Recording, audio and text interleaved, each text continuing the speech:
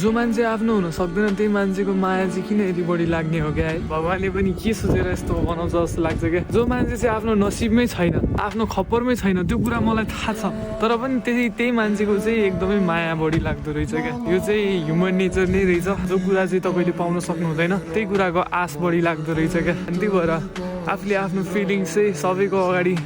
express गर्न जरुरत छैन जस्तो पनि लाग्छ बुझ्ने मान्छेले आफै बुझ्छ नबुझ्ने मान्छेले बुझ्दैन उसलाई जति रोक्न खोजे पनि जति सम्हाल्न खोजे पनि जति माया गरेर राखे पनि त्यो मान्छे जान्छ नि त्यो तपाईँको हुनै सक्दैन क्या अनि तपाईँको फिलिङ्सको कदर गर्ने मान्छे नै छैन भने के भ्याल्यु रह्यो त तपाईँले एक्सप्रेस गरेको फिलिङ्सको होइन आफ्नो नि एउटा कदर होस् है मायाको पनि एउटा कदर होस् जस्तो लाग्छ मलाई चाहिँ जो कोहीबाट पाइँदैन यस्तो कुरा चाहिँ पाइने भए भए त त्यो मान्छे तपाईँले पाउनुहुन्थ्यो नि होइन नपाउने भएर त कदर भएन नि त्यो सोच्नुपर्छ र मरिहत्ती चाहिँ कसैको लागि पनि गर्नुहुन्न जस्तो लाग्छ क्या मलाई किन मरिहत्ती गर्नु पर्यो त जब कि तपाईँले उसलाई सम्हाल्नै सक्नु हुँदैन तपाईँको नसिबमै छैन ऊ जतिसुकै तपाईँले कर गरेर पनि त्यो मान्छे तपाईँसँग हुनेवाला छैन किनकि तपाईँको नसिबमा त्यो मान्छे छैन भनेर तपाईँले बुझ्नुपर्छ फुलेको फुल एक दिन ओइलाएर जान्छ सुकेर जान्छ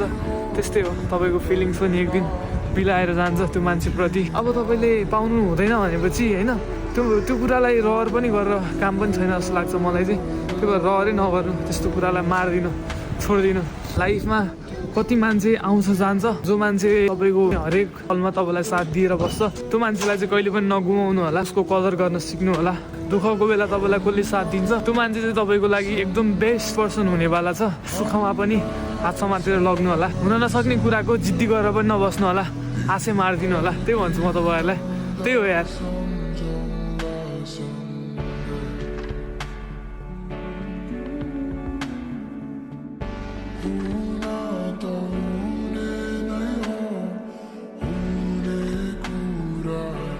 जस्तो जतै